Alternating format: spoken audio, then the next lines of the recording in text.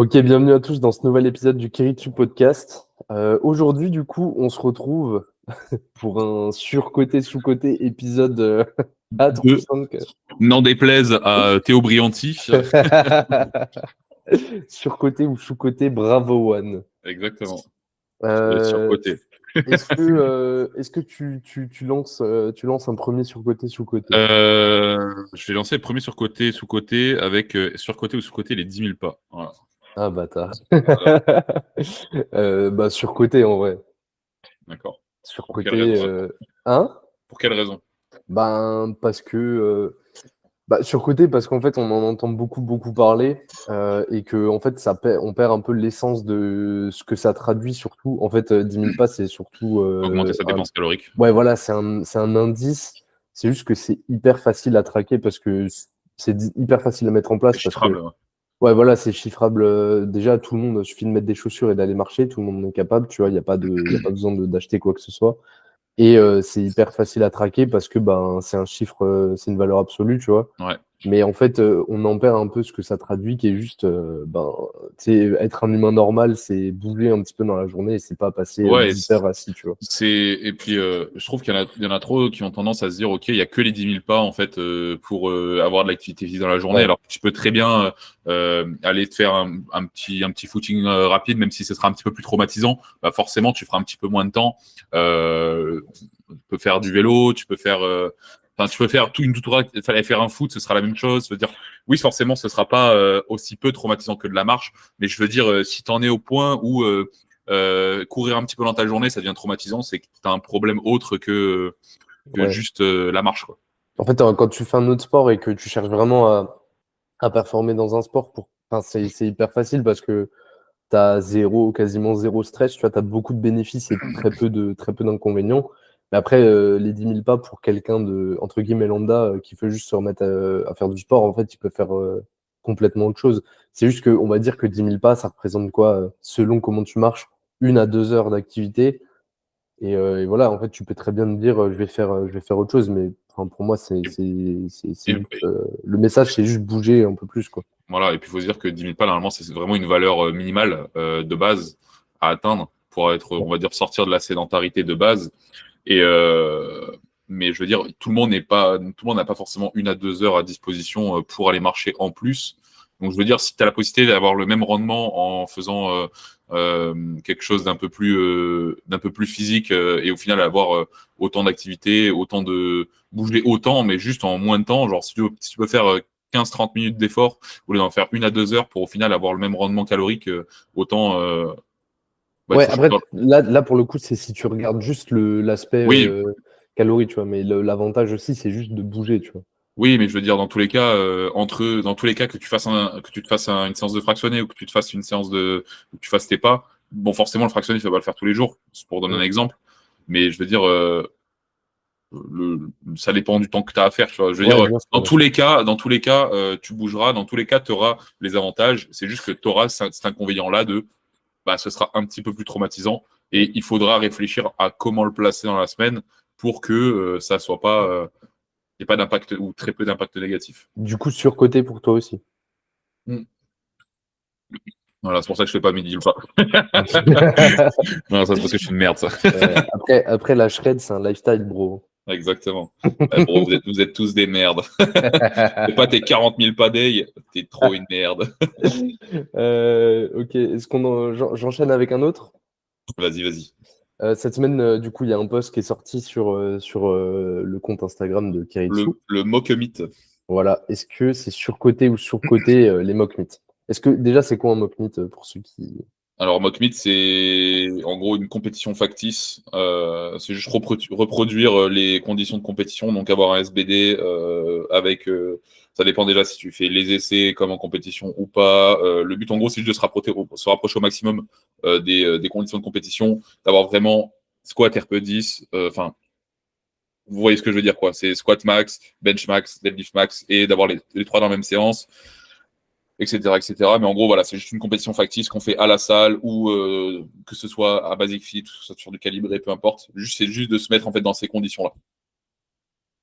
Et du coup, surcoté ou sous-coté? Je dirais que c'est surcoté. Personnellement, c'est intéressant à utiliser, mais en fait, c'est pas nécessaire. Je dirais que c'est vraiment comme moi, j'aurais plutôt tendance à demander à l'athlète si vraiment il a envie de tester ses max, de voir avec lui, est-ce que tu as vraiment envie de faire un mock meet. Le problème avec le mock meet, c'est que ça a tendance à induire beaucoup plus de fatigue et à mettre plus de temps à récupérer. Donc, j'aurais plus tendance à faire tester un max à mes athlètes, genre sur les 3 premiers mois de coaching, un max classique. Et peut-être au bout de 6 mois, s'il n'y a pas de compétition prévue, de faire un mock meet plutôt que d'essayer de faire un mock meet directement. Toi, je sais que tu as tendance à essayer de faire un mock meet au bout de 3 mois d'habitude. Ben, si l'athlète il le récupère et qui prévoit pas de compétition, oui, Ouais. oui, clairement, généralement, je fais ça. Ouais. Au bout de 3 mois, on fait un mock meet, juste. Sauf si il me dit dans les 6 mois, je vais faire une comp. Là, je vais. Mais encore que 6 mois, ça pourrait se faire. Ouais, tu peux très bien faire tu peux très bien faire. Ouais, 6 mois, c'est pas grand-chose. Je veux Ça dire, peut se faire, mais oui, si le gars. ça dépend si tu fais un mock meet avec ou sans picking. Ça dépend si tu fais un mock meet. Oui, Ça dépend comment tu gères la chose. Mais en fait, tu peux très bien avoir un mock meet qui est très taxant, comme en avoir un qui est pas très taxant. Enfin, ouais. ça Après, en dépend de règle comment tu gères la générale, chose. tu vois, je fais un mock meet, certes, au bout de 3 blocs. Après, je vais pas pique des enfers où le gars va être fissuré, tu Oui, vois. oui, tu fais juste, t'augmentes un Ouais. tout petit peu son niveau de forme et puis ça Puis ira, quoi. ça dépend, tu vois, aussi. En vrai, je dis ça, mais c'est vraiment quand je récupère des athlètes plutôt débutants intermédiaires, tu vois. Parce que, par exemple, toi, j'ai pas prévu de te faire faire un mock meet dans un bloc, tu Ouais, vois. j'en ai pas envie. Ouais, et c'est surtout que, enfin, plus l'athlète il est avancé aussi, plus généralement son mock meet il va induire de la fatigue, tu vois. Donc, tu peux pas non plus. Un mec qui débute, tu sais que même s'il fait un mock meet et il fait 400 de total, bon, normalement, très rapidement derrière, il peut vite revenir à un bon niveau, tu Ah, il vois. y a ça, et en fait, la différence entre mettre 150 kilos sur le dos et mettre Mm, 250 kilos sur le dos, il y a quand même une différence. mm. Pour un même PDC, la fatigue induite, même si nerveusement elle sera similaire, articulairement et Ouais, tissulairement parlant, ce sera pas du tout la même chose, en fait. ouais. Et en vrai, je pense que c'est sous-coté chez un athlète qui est pas compétiteur, qui fait pas de compétition. Et c'est surcoté quand le mec fait déjà 3 comptes à l'année, tu vois, 2, 3 Euh, comptes à l'année, tu vois. Déjà, 2-3 compas à l'année, c'est énorme. Ouais, Je veux dire. Mais oui, forcément, c'est sûr que si le mec il doit faire une compétition tous les 4 mois, SO, EVA, tu vas pas lui rajouter et encore tous les 4 mois. tous les 2 Ouais, mois. 5 comptes depuis le début du coaching. Oh, putain. Donc voilà, c'est pas forcément la meilleure chose à faire. Après, en vrai, moi, je vois ça un peu plus comme une notion de plaisir pour l'athlète aussi. Ouais, Et j'aurais plus tendance à le programmer comme ça, ou quand l'athlète va aller faire une séance avec ses collègues et on est en fin de macro-cycle, etc. Je dis, OK, il n'y a pas de souci. Vas-y, on en programme un, mais ce sera pas la première chose que je vais faire personnellement. moi, je vais le prog généralement quand je sens que l'athlète il a besoin d'être un peu plus drivé, tu vois. Quand il se perd un petit peu, tu sais, qu'il commence à avoir plein d'objectifs différents, le mec commence à te dire Le problème avec ça, c'est que il y a, si tu tombes sur, tu peux faire ça, mais si malheureusement l'athlète, pour je ne sais quelle raison, le mock meet se passe pas aussi bien que ce qu'il voulait faire, ouais, ça bah moi accentue. Ouais. voilà, j'ai eu ce problème-là, tu vois. Pas avec moi, mais je veux dire avec un athlète. Et c'était la descente aux enfers, tu vois. Genre, ça s'est très bien passé au squat, ça s'est très bien passé au bench. Enfin, très bien, ça aurait pu mieux se passer dans l'ensemble un peu partout. Mais je veux dire, il y a quand même eu, tout s'est bien passé. Sauf que, bah, du coup, l'athlète derrière était là. Ah ouais, mais je pensais que je valais ça. Je fais oui, mais enfin, dans un sens, première fois que tu enchaînes un SBD dans la même séance, tu vois. Donc, forcément, le TER prend un peu tarif par rapport à quand tu le fais tout seul. Enfin, il y a plein de choses qui expliquent le truc. Mais en fait, ta possibilité en fait de perdre l'athlète et au final de te dire est-ce que c'était vraiment le bon choix de faire un mock meet, tu vois. Après, je sais pas toi comment tu fonctionnes, mais moi, en règle générale, hors compétition, quand je vais faire tester un max, je vais pas forcément faire tester tous les mouvements en même temps, tu vois. C'est-à-dire sur le même bloc. Ouais, voilà, c'est ça. C'est plus, il y a des blocs sur lesquels je vois que le mec, tu vois, le deadlift, ça se passe bien. Ben, et que sur d'autres mouvements, par exemple, tu avances un peu moins. Bah, plutôt que d'attendre que tous les mouvements soient alignés, tu vois, je peux très bien me dire, bah, vas-y, prochain bloc, on pique un peu un seul mouvement. Je n'ai pas tendance forcément à faire ça. J'aurais plus tendance déjà à faire beaucoup plus de max à l'année sur le bench, personnellement. Ouais, bah, effectivement. Logique jusque-là. Mm. Après, j'aurais pas forcément tendance à dissocier le squat et le terre. En vrai, ça dépend vraiment. Mais je sais qu'à un moment, je le faisais souvent. Mais Tu vois, moi, un truc que je fais de plus en plus, enfin de plus en plus, je le fais pas à tous les blocs, tu vois, mais ça peut m'arriver, tu vois, de voir, il y a un bloc qui s'est super bien passé, particulièrement sur un mouvement. Je rajoute une semaine 5 où je taper un tout petit peu et je finis par un truc un peu challengeant, genre un AMRAP avec un gros pourcentage ou alors une single, pas RP 8-9, tu moi, vois. ça dépend en vrai de la manière dont je programme l'athlète, tu vois. Mais si je vois qu'un bloc se passe très bien, je vais juste faire copier-coller, faire le même bloc et terminer, tu vois. Et termine plus haut, ouais. Ouais. Voilà, et termine plus haut jusqu'à ce que je vois que ça commence à être. En fait, des fois, quand je vois que l'athlète il est vraiment en forme, au lieu de me dire vas-y, on teste son max, je me dis putain, mais en fait, si je reproduis ce même bloc en changeant très peu de variables et pendant X temps, peut-être que l'athlète, en fait, il va prendre 20 kilos en 3 mois.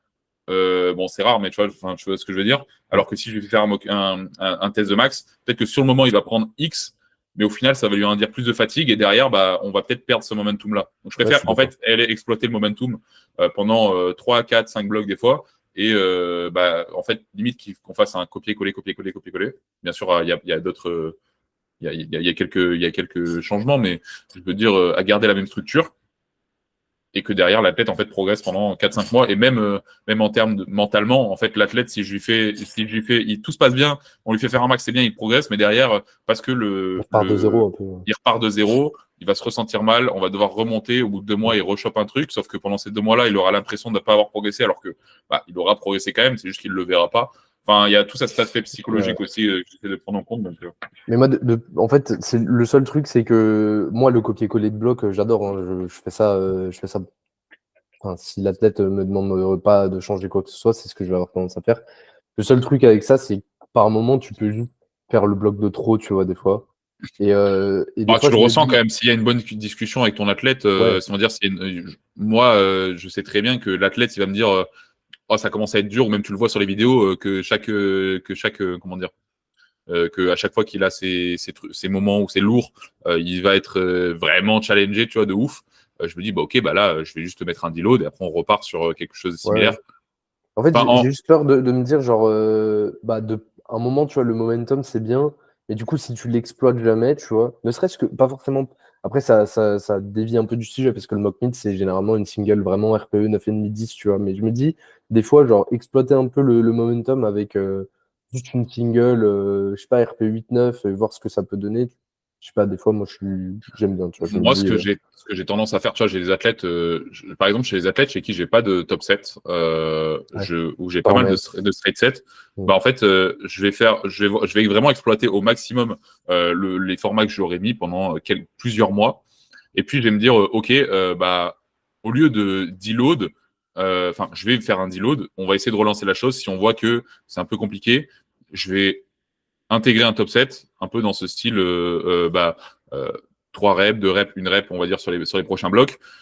Sauf que du coup, comme il n'aura pas 5 séries à faire sur le même format, bah, il va être plus fort de base. Donc, il va aller chercher des PR sur le triplé, puis des PR sur le doublé, puis des PR sur le single. Et des fois, je vais même faire genre 2 blocs triplés, un bloc doublé, un bloc single, ou un bloc triplé, etc. etc. Tu vois.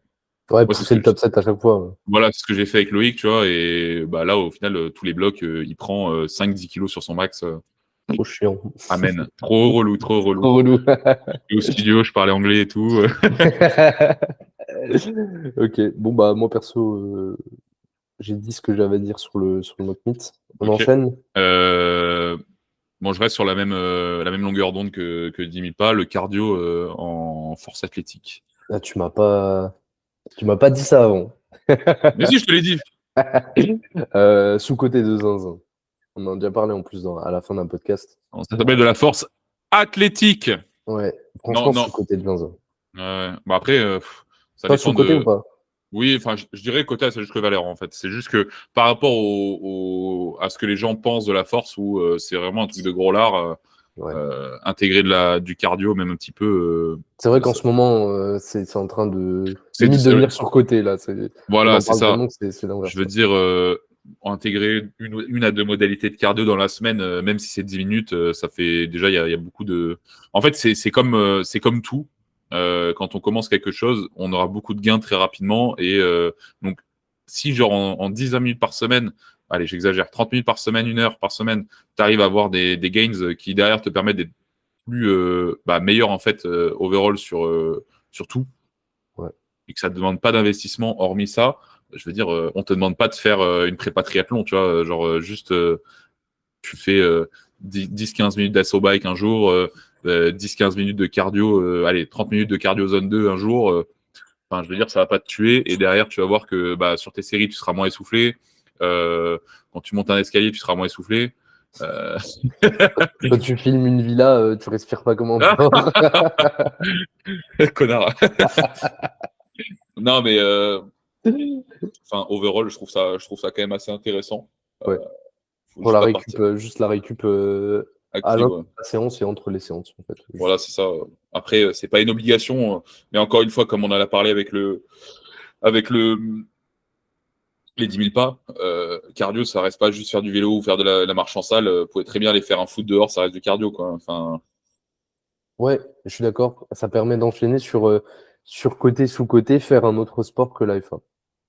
En même temps que l'AFA. je dirais tout côté, mais il faut connaître ses priorités. Ouais. C'est-à-dire que tu peux pas te dire, OK, je vais devenir bon dans les deux sports, tu vois. Enfin, très bon dans les deux sports. Il faut que tu saches lequel tu vas mettre en avant.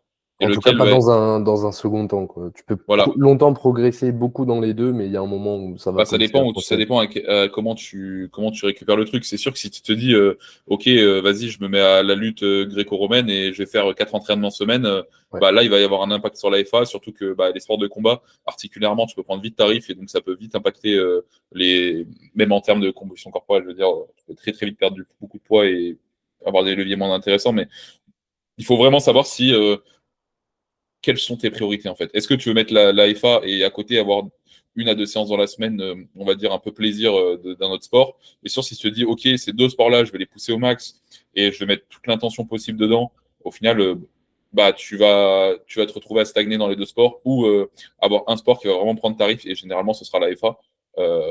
Donc, voilà. Après, à savoir, quand on dit 2 sports, ça peut être aussi du ping-pong, tu vois. Je veux dire, c'est pas non plus.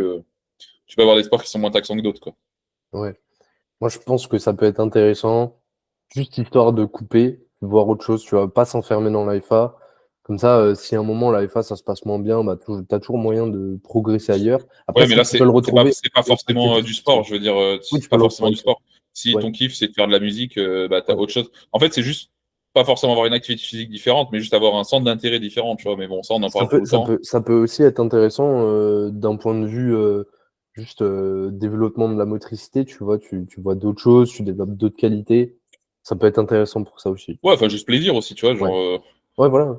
enfin, moi, je suis plus dans l'aspect Moi, plaisir tu vois, que. ce qui serait bien, plutôt que faire 2 fois par semaine sur mes jours off du cardio, de la mobilité, faire un autre sport, en fait. Genre, j'ai réfléchi, tu vois. Je sais juste pas quoi faire, mais j'aimerais bien. Faut avoir le temps, faut que les J'ai endroits le où tu. temps, je suis chômage. Mais ouais, donc en vrai, ça peut être intéressant, tu vois. Mais il Ouais, il faut juste, comme faut d'hab, juste connaître ses connaître ses priorités, je priorités. dirais. Ouais. Voilà. Adapter ses objectifs en fonction de tout ce qu'on fait dans la vie, quoi.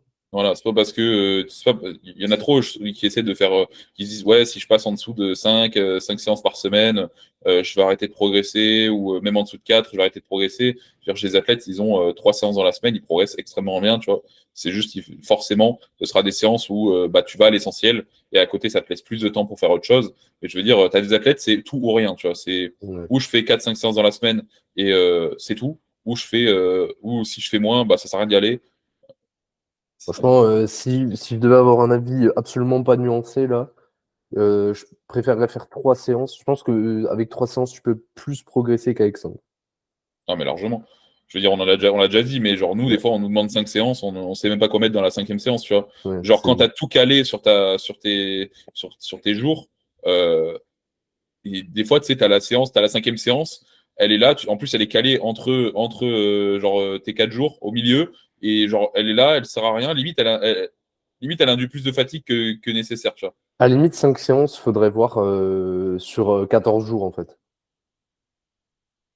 Ouais, je veux dire, genre, pas faire un Faudrait faire... microcycle d'une semaine. Ouais, voilà, c'est ça. Faudrait Ouais, mais revoir. Mais donc, du coup, ça, c'est par super rapport chiant en à termes de calendrier. Ça, Ah voilà, c'est ça par rapport à un calendrier des FA. Je veux dire, c'est quelque chose que je fais assez souvent quand je fais du coaching body, tu vois. Ouais. Dire parce que tu n'as pas d'échéance ou quoi que ce soit. Et à ce moment-là, genre des fois, j'ai des semaines de 9 à 10 jours, tu vois. Ouais. Mais encore une fois, ce qui est chiant, c'est que ça dépend si la personne est prête à s'entraîner du lundi au dimanche ou pas. Parce que des fois où tu vas te retrouver à avoir faire une séance le samedi ou le dimanche, bah, si la personne ne veut pas, bah, elle veut pas. Et tu peux pas faire des calendriers comme ça. Mais ouais. Suite. C'est à moi là? Ouais. Putain.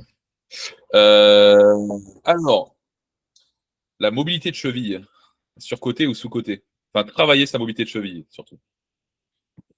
Moi, je dirais c'est sur-côté de zinzin. Pour l'AFA, tu parles? Ouais, en général. Ok. En FA, je trouve que c'est sous-côté. Je trouve que c'est sous-côté. C'est sur-côté.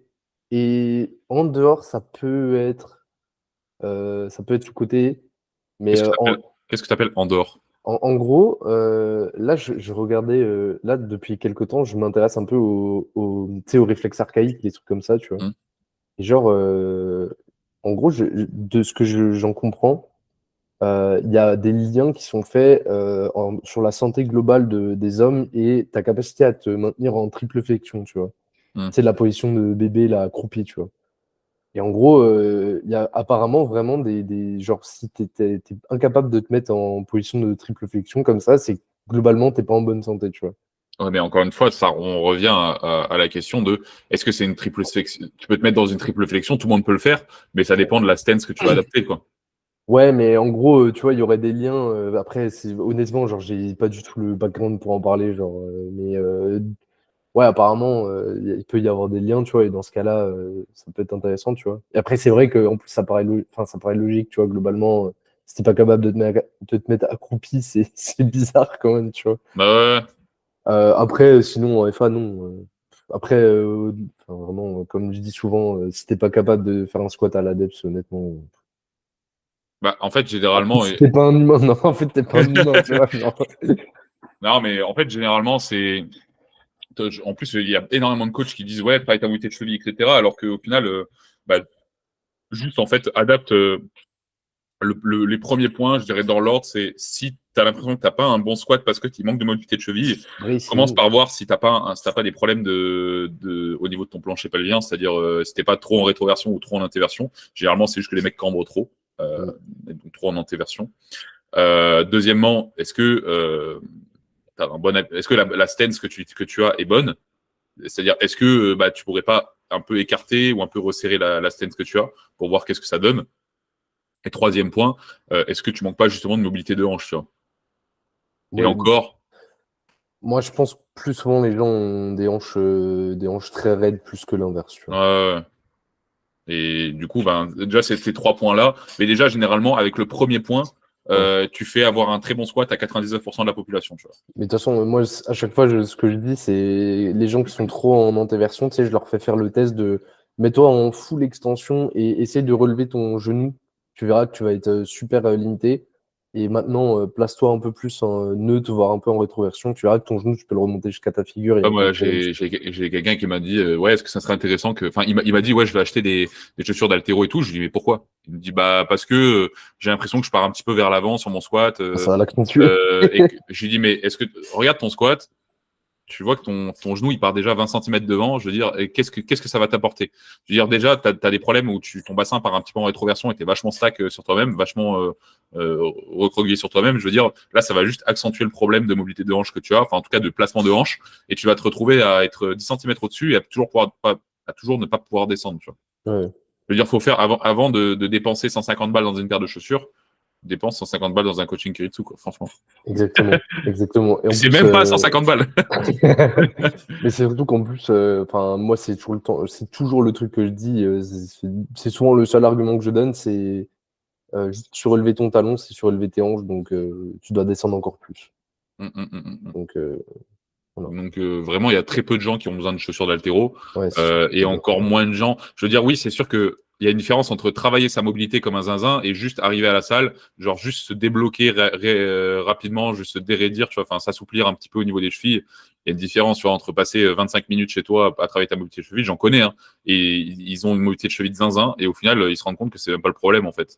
Et le problème avec ça, c'est que du coup, bah en fait, être entre guillemets être raide, c'est pas non plus une mauvaise chose, tu vois. Je veux dire, si tu es beaucoup trop mobile, je connais des gens qui sont moins forts parce qu'ils sont trop mobiles et du coup, bah, tu as moins ce réflexe élastique, etc. Et potentiellement, tu peux être moins fort comme ça. J'ai l'exemple de Maël qui est ultra mobile. C'est zinzin. Parce qu'en plus, Lui, il est gigantesque, tu vois. il fait 2 mètres, il peut toucher les fesses au sol, il peut se mettre dans n'importe quelle position. Ouais, c'est dingue. Et je veux dire, en fait, contrairement à des gens qui sont un peu plus bloqués, je préférerais personnellement être bloqué exactement à la def et pas pouvoir descendre plus que l'inverse et pouvoir descendre plus parce que déjà, les repères que tu auras dans l'espace seront pas du tout les mêmes. Ouais. C'est-à-dire que entre arriver au niveau de ta mobilité de hanche et te dire, OK, bah, là, je peux pas descendre plus, donc ça veut dire que je suis à la def, euh, ou pouvoir descendre beaucoup plus et au final, tu as tendance à beaucoup plus avoir des problèmes de perte de tension. Et puis, dans tous les cas, généralement, tu te retrouves avec des athlètes qui sont moins forts juste parce qu'ils sont trop mobiles. Et c'est pour ça que les athlètes, quand tu récupères des gens qui ont fait de la danse, des fois de la gymnastique un peu rythmique, etc., je trouve qu'ils sont. Bon, après, il y a aussi cette dominante de système nerveux, etc. Mais je trouve que généralement, c'est des athlètes qui seront moins forts parce qu'ils sont trop mobiles. Tu vois. Ah bon, après, avec le temps, tu te réduis, tu vois. Si tu le travailles plus de Oui, toute mais manière, tu vas te réduire autour de tes amplitudes et oui, au mais final, tu vas t'y retrouver. je veux dire, on a quand même tendance, nous, à prodiguer les accessoires full amplitude et généralement, Oui, bah, ça l'aide à maintenir un bon voilà, niveau. exactement. Attends, Ouais. j'arrive.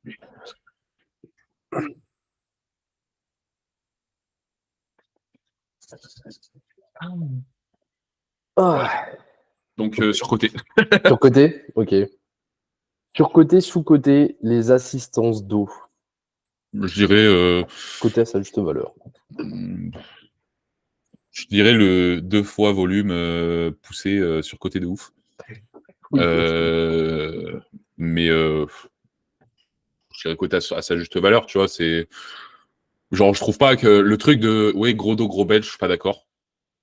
Je dirais que t'en as en fait à partir du moment musclé, gros bench, oui.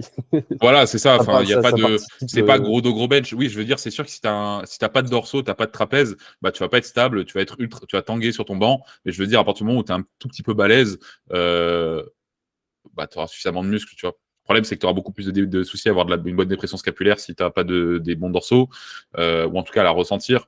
Euh, mais dans un sens, dire les tirages d'eau sous-côté, enfin sur-côté, je dirais non. Je dirais c'est côté à sa juste valeur. Je dirais juste mettre 25 séries de tirages parce que bah, tu as 25 séries de bench dans la semaine. Je trouve ça sous-côté de ouf. Combien de tirages toi, tu vas mettre à peu près? En moyenne? Je dirais entre 6 et 10 séries, pas plus. Si c'est différé. Ouais, La généralement, fréquence je de tourne à fois. 6 8 séries. Bah, je vais avoir entre 2 et 4 exos, tu vois, dans la semaine. Je vais Ok. avoir ou ça dépendra des points forts, points faibles de mon athlète. Mais si je vois qu'il a des dorsaux prédominants, je vais mettre 2 exercices trapèzes, un exercice dorsaux. Et si à l'inverse, je vais mettre 2 exercices dorsaux, un exercice trapèze, ou 2 exercices dorsaux, 2 exercices trapèzes. Ça dépend du temps qu'il a aussi, tu vois. Mais tu vas être à 2 3 séries par exo. Ça Ouais. dépend en vrai. Mais ouais, je vais être entre 6 et 10 séries maximum sur la semaine, quoi. Et c'est largement suffisant pour build du muscle, quoi. Oui. Il y a 25 000 études qui le prouvent. Ouais. Et puis, les mecs deviennent plus balèzes automatiquement. Donc, je veux dire, il n'y a pas besoin d'études pour voir que dans la Oui. pratique, c'est supérieur, quoi. Ok. Intéressant. Et toi? Bon, chez Keiritsu, En fait, c'est t'as fait un surcoté sous-côté de merde. En fait, on s'en bat les couilles. Non, non, mais c'est juste que c'est dur. Chez nous, c'est côté à sa juste valeur parce que tout le monde en a, tu vois. Ouais. Euh, je pense que c'est plus sous-coté que sur-coté en règle générale. Je dirais que ceux qui font du SBD only, tu peux devenir balèze, mais si tu peux, en fait, tu as beaucoup de gens qui font du SBD only qui de base ont un bon passé sportif et du coup disent bah j'en ai pas besoin parce que j'ai pas de problème, etc. Mais si tu démarres de rien du tout et que t'as pas de base musculaire, bah je pense que tu peux le ressentir, tu vois. Après, en ce moment, je vois un peu trop là, tu vois, j'aurais tendance à dire c'est sous-coté parce que je vois un peu trop le bashing des trucs. Ouais, par exemple, faire une poussée verticale, enfin, j'ai pas l'impression que tu sais, ça aide ma santé scapulaire. Faire des tirages, j'ai pas l'impression que ça m'aide non plus. Ça, là-dessus, par contre, je suis assez convaincu que Tu vois, ton épaule elle est faite pour bouger. Ouais, c'est Comment parce ça que tu le 60 sens. degrés. C'est pas parce que t'as pas l'impression Ouais, que ça t'aide pas, tu vois. ouais, Je veux voilà. dire, moi, j'ai toujours tendance à avoir un poussé vertical, un poussé horizontal, un tirage vertical, un tirage Mm. horizontal au minimum. Et en fait, avoir un peu toutes les articulations qui bougent, un curl, Ouais. une extension. Sans parler de, oui, faut faire le double, tu vois, mais par contre, maintenir. Enfin, moi, je suis convaincu que si tu commences à faire 15, 20, 25 séries de poussées horizontales par semaine et que tu arrêtes complètement de faire des tirages, bah, il y a un moment, ça va mal se passer, tu vois. Ouais.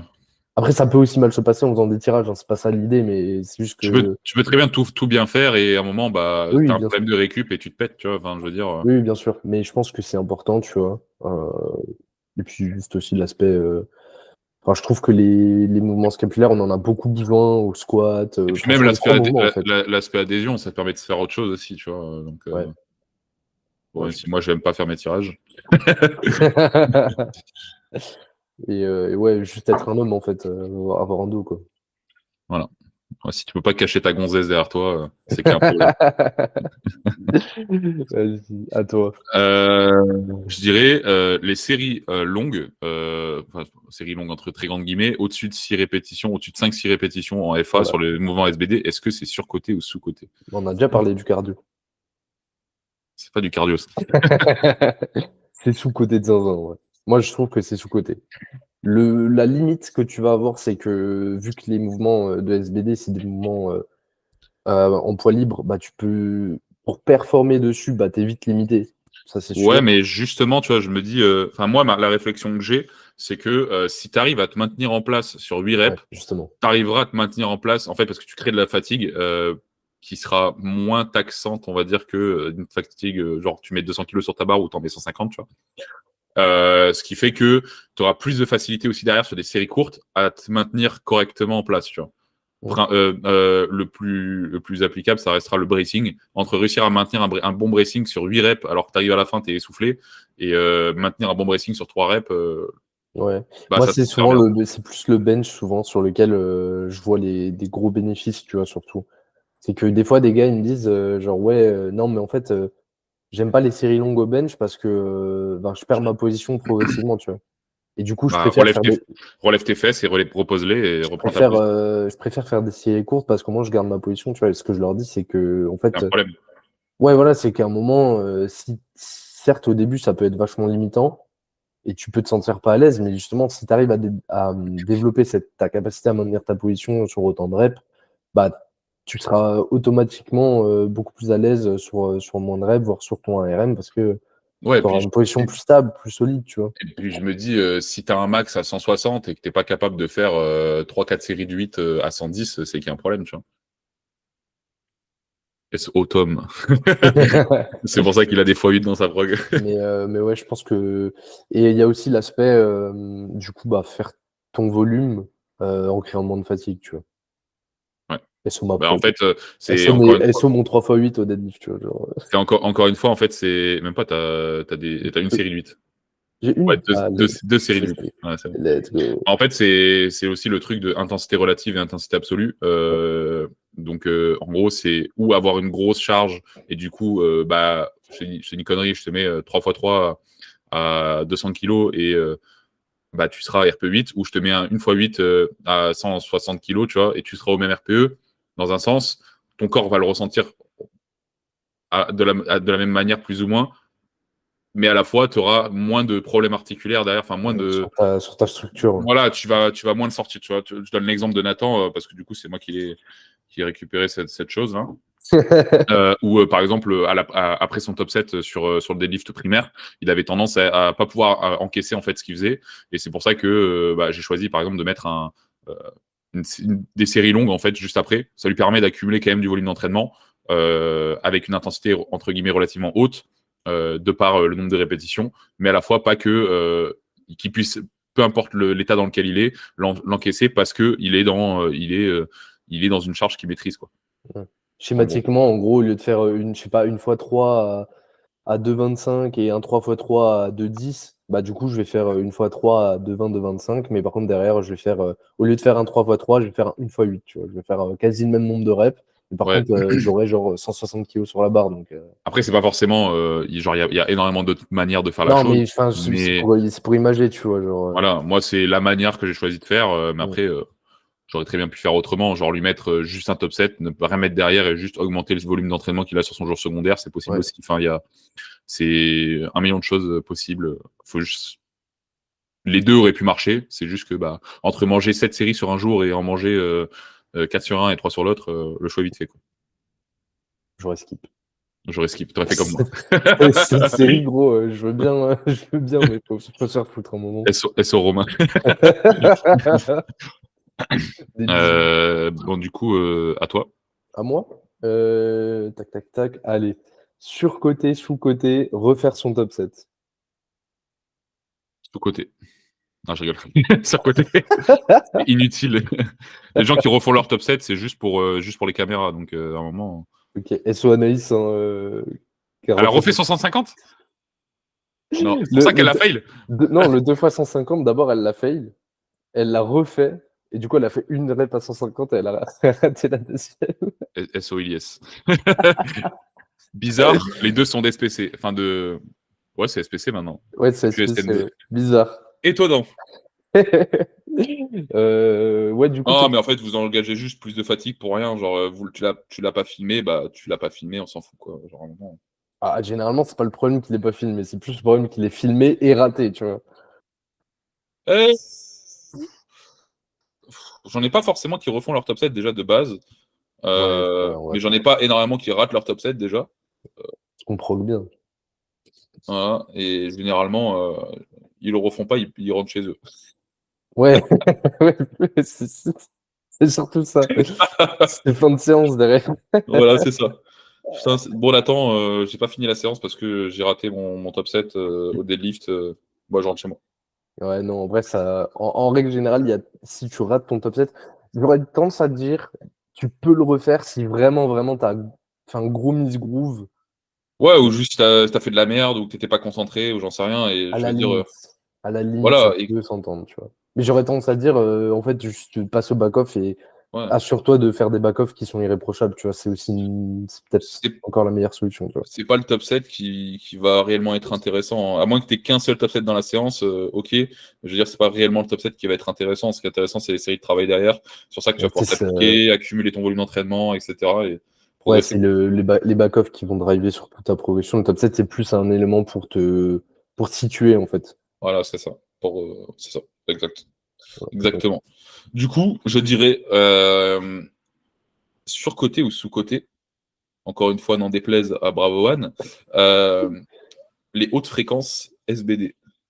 Donc, quand ça dépend déjà du genre, par exemple, haute fréquence, c'est 3 à 4 fréquences sur le squat, 5-6 fréquences sur le bench et 3 fréquences sur le terre, par exemple.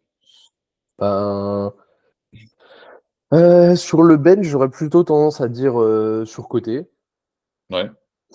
Parce que, en fait, le bench, il y a trop cet argument de vu que généralement la charge, enfin, structurellement, c'est moins stressant, tu peux te permettre d'en faire plus, c'est vrai. Mais du coup, c'est un peu la porte ouverte à commencer à Ah, faire 6 bench par semaine. je fais 2-3 séries par jour et Ouais, en fait, je sais pas, je trouve que bench, si tu as 3-4 bench, mais que c'est bien organisé dans ta semaine, ben, t'as pas besoin bah, d'en faire plus. moi, Par genre, contre, je crois que j'ai aucun athlète qui a 5 séries de bench semaine, tu vois. 5 fréquences. Ouais. Ouais, ouais.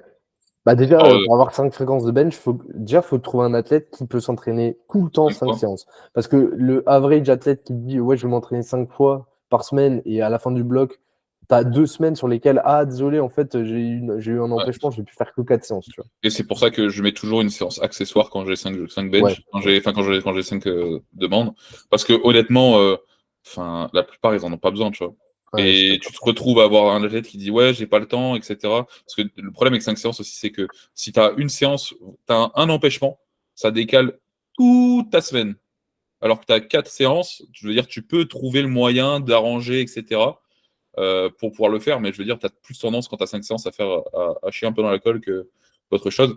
Et puis dans tous les cas, je dirais, avant même de vouloir passer à une fréquence de 5, il faut déjà avoir au moins 22 séries, tu vois, hebdo. Déjà, il faut y arriver. Faut déjà voir si ton athlète il est déjà à sa capacité de travail journalière maximum. Est-ce qu'il l'a atteinte?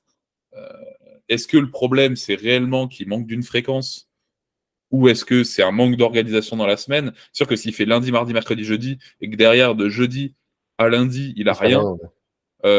à ce moment-là, juste mets le bench plus taxant de la semaine le jeudi et le lundi, tu mets un bench, on va dire reprise et après tu reconstruis ton momentum sur la semaine, quoi. Il y a plein de manières de contourner la chose que de juste augmenter d'une fréquence. Et le problème, c'est que j'ai l'impression, bon, ça c'est un peu pour tous les mouvements, c'est que un peu comme j'avais dit que le volume était surcoté, c'est que les gens ont tendance à juste en fait, ah bah ça va pas, il faut fréquence en plus, tu vois.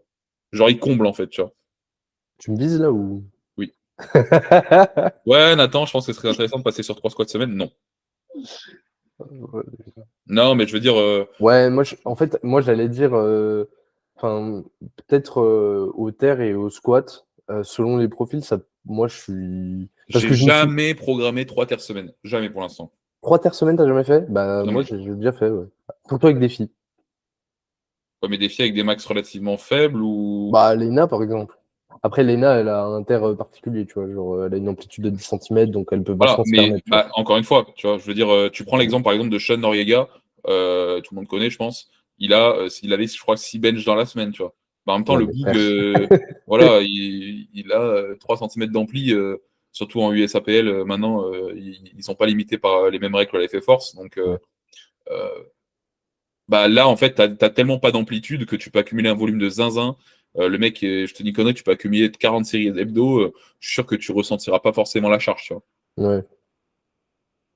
Oui, mais tu vois, en fait, c'est surtout le truc de. Enfin, ce week-end, je me suis fait tailler parce que j'ai dit que c'était pas une dinguerie sur des grosses KT d'avoir 3 squats semaine.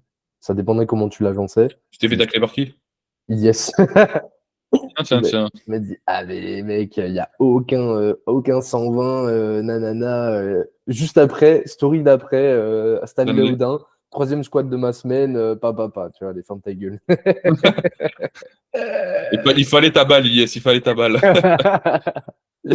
Non, Non, mais ouais, en vrai, je pense que en fait, ça dépend toujours de la manière dont tu l'agences et c'est un peu toujours, on en revient à la même chose, c'est que à partir du moment où tu as un volume et une intensité équivalente, bah, peu je importe dirais comment que tu c'est le. plus une histoire de désentraînement derrière sur la fréquence, plus qu'autre Ouais, chose. Moi, le troisième squat, j'ai très peu d'athlètes qui en ont.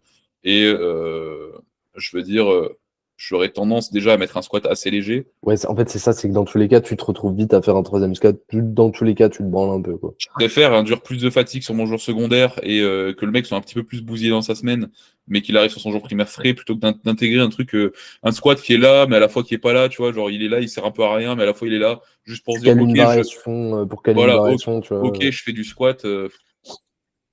Enfin, Elles sont mes athlètes qui ont beaucoup trois squats. voilà.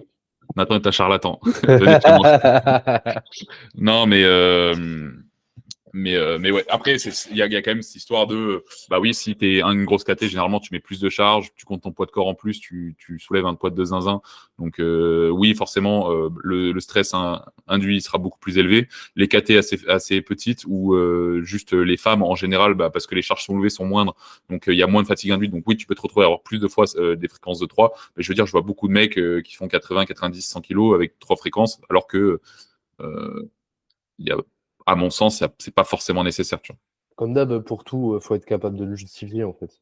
Voilà. Et moi, c'est pour ça que j'ai tendance, des fois, quand je vois des mecs avec 3 squats que je récupère, je les descends sur 2 squats, je progresse aussi bien qu'avec 3. Tu vois. Donc, j'ai pas de. Quel intérêt? Voilà. En plus, ça te fait mettre les genouillères une fois de moins dans la semaine. Exactement. Ça te fait faire moins de choses dans la semaine. Enfin, fin de la question. Ok, surcoté, sous-côté, s'auto-coacher. Hmm. SO Maximilien, qui va bientôt changer d'avis. Euh, non, je dirais sous-côté. Oh putain, je vais prêcher pour notre paroisse, mais t'as pas cet avis Du coup, subjectif, surcoté, enfin c'est objectif, je pour. veux dire. Bah ouais, surcoté de ouf, je veux dire. Enfin sous-côté de ouf, je veux dire. Sous-côté? Non, sous-côté. Ah, surcoté l'auto-coaching, sous-côté le coaching, tu vois. Ah oui, l'auto-coaching, moi je disais. Voilà, l'auto-coaching surcoté. La plupart qui font de l'auto-coaching, à mon sens, c'est juste qu'ils ont malheureusement pas les moyens, pas les moyens, ou c'est des qu'ils n'ont pas les moyens de prendre, ou alors qu'ils pensent pouvoir faire seuls, ce qui honnêtement est le cas jusqu'à un certain point. Mais il y a un moment en fait où moi j'ai récupéré des athlètes qui me disaient ouais, je pensais pouvoir le faire seul, etc. Ils sont arrivés, ils ont dit ah bah en fait Bon. moi je suis un connard, j'aurais pris ça avant, j'aurais progressé 100 fois plus vite en fait. Et la plupart c'est ça en fait. Et donc en fait, enfin voilà, prenez un coach. Ouais. T'as Moi, pas à te j'aurais... prendre la tête sur telle ou telle chose. Moi je trouve ça mieux. Enfin le coaching. Moi, je pense que ça peut être intéressant en vrai. Ça peut être sous-coté en vrai. Si t'es coach, tu vois, Mais il je faut pense que ça peut être intéressant.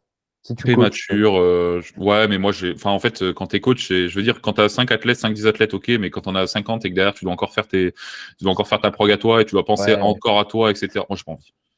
Ouais, c'est bon. Ouais, mais tu vois, je me dis Même ça si tu peut sais être. faire le truc, même si tu sais faire le truc, je me dis, tu auras toujours, même en étant coach, il faut prendre quelqu'un, on va dire, qui soit complémentaire à ta façon de penser.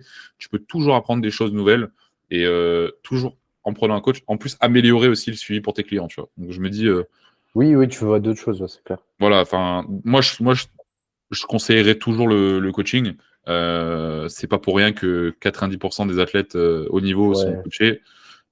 C'est pas pour rien que les mecs qui progressent le mieux sont tous coachés. C'est pas pour rien que les gens qui sont en auto-coaching dépassent rarement telle ou telle barre. Euh, Si tu veux progresser, tu peux en auto-coaching. Si tu veux progresser le plus vite possible, non. Bah, en fait, Je pense que tu peux progresser quand même. À partir du moment où tu sais construire un bloc à peu près cohérent. ouais, mais c'est ce que je t'ai dit, c'est que tu peux progresser, mais tu vas avoir un plateau à un moment et tu vas avoir énormément de mal à en sortir. Ouais. Oui, parce que tous les blocs, tu vas Tu tester le connais truc, pas. quoi. Voilà, tu sais. En fait, tu auras pas tu vas te dire, ok, ça va pas marcher, je teste ça. Ok, ça va pas marcher, je teste ça. Ou alors juste, tu vas être là, ok. Bah, le bloc, en fait, qui a un bloc, pour moi, c'est même pas 10% d'un coaching, tu vois. Genre, c'est ce qui compte, c'est tout le monde peut faire une programmation cohérente. Ouais, ouais. N'importe qui. Ce qu'il faut derrière, c'est savoir faire la suite, en fait. D'accord? Comment tu gères la suite de ta programmation, tu vois? Mais surtout aussi l'aspect mental, tu vois, Analyse de données. de trust ta programmation aussi, juste. Tu vois, Ouais, c'est ça. d'arriver à ta séance et de pas te demander est-ce que ce que je fais c'est bien, tu vois. Là, on va récupérer un athlète bientôt. Euh... Je viens de Et c'est comprendre ce qui que, c'est. et c'est ce que je lui disais, c'est que en fait, même si T'as déjà eu rendez-vous avec lui? non, mais on en a discuté en DM, tu vois. Et c'est que, en fait, il y a aussi un aspect, à un moment, tu te construis dans ta tête que tu as un mouvement qui est en retard. Et du coup, même si ta programmation, elle est cohérente, vu que toutes tes séances, tu les fais en te demandant si ce que tu fais, c'est bien, en fait, tu maintiens ce truc tu te convaincs qu'en fait, tu vas pas progresser. Il y a aussi, moi, je crois vachement aux limites que tu te mets toi-même, tu vois. Parce Mm, qu'à un moment, si tu arrives sur ta barre de squat et tu te dis pas, genre, ce que je fais, ça fonctionne, et que tu es là en train de te demander, est-ce que ça va marcher, genre, je pense que c'est te mettre des bâtons dans les roues, tu vois. Même si ta prog, elle peut être cohérente. Je pense qu'il y a de ça. Je suis d'accord. Donc voilà. SO Maximilien. Voilà.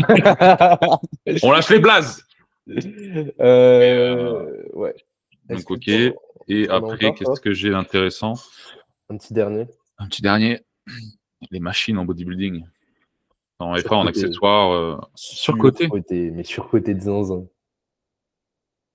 Je prog uniquement, j'aurais tendance à le conseiller. Genre, si je devais choisir, si un gars vient et me dit, genre, je veux juste optimiser ma prise de muscle, je vais lui dire go machine. Mais en vrai de vrai, il y a quand même, les études le montrent, il n'y a quasi pas de différence en vrai. En termes de prise de muscle, Ouais, il n'y a pas de différence en termes de prise de muscle à intensité égale si ouais. tu maîtrises le mouvement. Mais je veux dire, Oui, c'est moi, plus dur, c'est plus dur.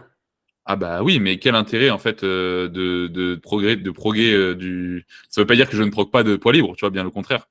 Mais je serais toujours plus enclin à programmer des machines que du poids libre. Tu vois. Ouais, je T'as suis toujours. d'accord, mais je trouve que c'est quand même, en vrai, c'est quand même surcoté, tu vois. Genre, la plupart des gens, quand Ah, je il vais y dans une, a... non, mais quand je Je vais vais dans une, virer Nathan. non, mais gros, quand je vais dans une salle de sport et que je vois les gens s'entraîner, je me dis pas, les gars sont des brindilles parce qu'ils font des poids libres, tu vois.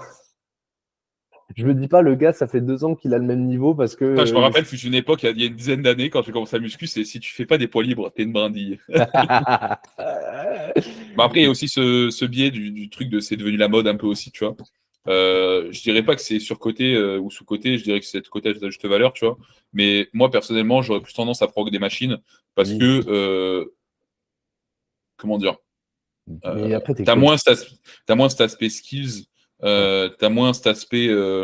En fait, t'as tellement de petits trucs qui peuvent venir se mettre en travers sur des poids libres. Suffit que. Qu'est-ce que je peux donner comme exemple tu passes d'une salle à l'autre. Bon, la machine, elle va changer, certes, mais je veux dire, la poulie, ça restera toujours la même, ça restera toujours une poulie, tu vois. La barre, elle est un petit peu Enfin, les plus, haltères, ça plus restera toujours grosse. des haltères, tu vois. Ça dépend, ça dépend, ça dépend. Non, mais en fait, je pense qu'en limite, j'aurais tendance à dire qu'en FA, c'est plus important, tu vois. Parce que en body, bon, globalement, ta séance, elle fait aller 1 heure et demie, et tu t'es pas mangé avant de faire. Ouais, et puis je dirais aussi que, genre en body, en fait, t'as pas vraiment à te prendre la tête sur est-ce que, bon, je le dis à chaque fois, mais telle séance, ça va pas impacter négativement Ouais. cette séance-là, ce que tu prévois dans ton organisation de microcycle. Mais en FA, en fait, je me dis, je vais pas mettre un rowing bar à un boug, alors que le lendemain, il a dû soulever de terre, tu vois. Ouais, ouais. Il va se taper dans les lombaires, je préfère lui mettre un chest supported row, un truc comme ça, tu vois, Ouais. genre. Mais même en dehors de l'aspect microcycle, déjà juste quand tu viens de te farcir, je sais pas, 5 side squat, 5 side bench, et que derrière tu dois faire, je sais pas, un plat de squat à la barre libre et un dumbbell bench, tu vois, genre. Déjà, Donc, tu vois, genre, non, mais de la squat, allez, ouais, calme-toi, mais pas de squat. il y a des exercices, tu vois, je trouve ça. Enfin, Non, mais je veux dire, tu vois l'idée, c'est que tu t'es déjà fumé, en fait, t'as envie de faire tes accessoires le plus rapidement possible sans te prendre la tête. Bon, bah, tu vas ouais, mais sur une en fait, machine, t'as tu des glaces. exercices, t'as des exercices où je suis OK, je trouve qu'en poids libre, c'est tellement supérieur, tu vois. Mais t'as des exercices Du style? du style Magic Triceps, Ouais. du style développé militaire si t'as pas de bonne machine, du style. Qu'est-ce qui peut être pas mal RDL, simple. Enfin, il y a des exercices où, voilà, mais après tu me dis genre des exercices, genre le développé couché haltère, des choses comme ça. Je trouve ça à chier. Tu perds Mm. tellement d'énergie en fait à te placer que Ouais. tu perds 20% de performance à cause de ça. Donc va sur un chest press. Tu veux faire un plat de squat, bah va sur tu fais un sissy leg press ou tu fais un sissy hack squat, tu vois, ou juste fais un plat de squat mais sur une Smith machine, tu vois. Ouais. Euh, Enfin, t'as des exercices comme ça où je me dis, bah, en fait, c'est largement supérieur, tu vois. Et après, t'as des exercices où je me dis, bon, en fait, t'as des exercices où je me dis, qu'est-ce que tu veux faire, mec? Enfin, est-ce que tu préfères faire ça? Est-ce que tu préfères faire ça, tu vois? Bon, élévation latérale, est-ce que tu préfères faire des élévations latérales à la poulie ou aux haltères? Enfin, fais-toi plaisir, mec. Genre, je m'en bats les couilles, tu vois. Tant que tu te détruis, tu vois ce que je veux dire? Ouais. Genre, l'impact différent, est-ce que tu seras sur une grosse tension d'étirement et une grosse tension de contraction? Oui, ça peut avoir de l'importance au niveau de la gestion de la fatigue, etc. Ou même, surtout en body, quand tu arrives sur un certain niveau. Mais je veux dire, à partir du moment où tu fais une élévation latérale, tes faisceaux, ils vont prendre tarif et ça s'arrête là, tu vois. Oui. Ouais. Avant Et un je trouve, certain niveau, c'est un peu de la branlette. voilà, et je trouve qu'il y a certaines choses, oui, où les machines sont largement supérieures et d'autres choses où les polypes sont largement supérieurs. Je dirais que c'est complémentaire et que t'en as, on dirait, ils cherchent trop à faire que des machines et t'en as, ils cherchent trop à faire que des poids libres. Ouais. Genre, il n'y en a pas un supérieur à l'autre. Juste essaie de faire une programmation cohérente. Si tu as besoin d'aller sur les poids libres pour faire quelque chose, fais-le, tu vois. Ouais. Genre, je trouve que overall, les machines seront dans l'ensemble plus intéressantes Mm. pour l'aspect flemme de charger. Ouais. Quand tu as déjà chargé des barres à 300 kg avant, aller te dire, OK, il faut que je charge un rowing bar à 140, Ah, donc il faut que trust, gros. bah, il trust, je veux dire, il y a beaucoup de gens qui arrivent vite aux 250-300 kg très Ah, c'est rapidement. chiant, ça casse les couilles. Je te dis, moi, je te donne mon exemple. Je faisais hip thrust à 320 kg avant, en Ah, ouais. 2020. Je passais rien que la montée en gamme. je passais peut-être une demi-heure pour 10 minutes de série, tu vois. Après, chiant. finalement, c'est pas une énorme perf, c'est que 2 fois ton poids de corps, tu vois. Chose que je ne fais même pas au bench ni au squat. Ah si, au squat, je les ai passés. Let's go. Amen. Et donc voilà. Très bien. Bah écoute, on a fait le tour là, je crois. On a fait le tour. Si vous avez des questions, n'hésitez pas à venir nous les poser en DM. Voilà. Si jamais vous avez besoin de, tout simplement, vous avez besoin d'un avis extérieur sur votre programmation ou sur votre technique, n'hésitez pas à nous envoyer un DM pareil. On se fera un plaisir de vous répondre. Si jamais même vous voulez qu'on se fasse un petit appel entièrement gratuit d'une petite heure, histoire de discuter un petit peu de tout ça, n'hésitez pas à nous contacter. Voilà. Après, si vous voulez directement rejoindre la team Kiritsu et prendre un coaching de qualité, envoyez-nous un DM aussi ou directement sur le site internet ou sur le formulaire en bio. Et si jamais vous voulez les meilleurs compléments du game, c'est directement sur NutriPure. Ça vient de monter le haut, il n'y a rien de marqué. Hein, il y a le carton. Ah, on voit pas, c'est flou. Ouais, on voit le carton quand même. Ouais, on voit le carton. Bref, NutriPure, code Kiritsu, moins 10% sur votre première commande sur les 3 premiers mois. Voilà. Simple, efficace. Bisous. Bisous.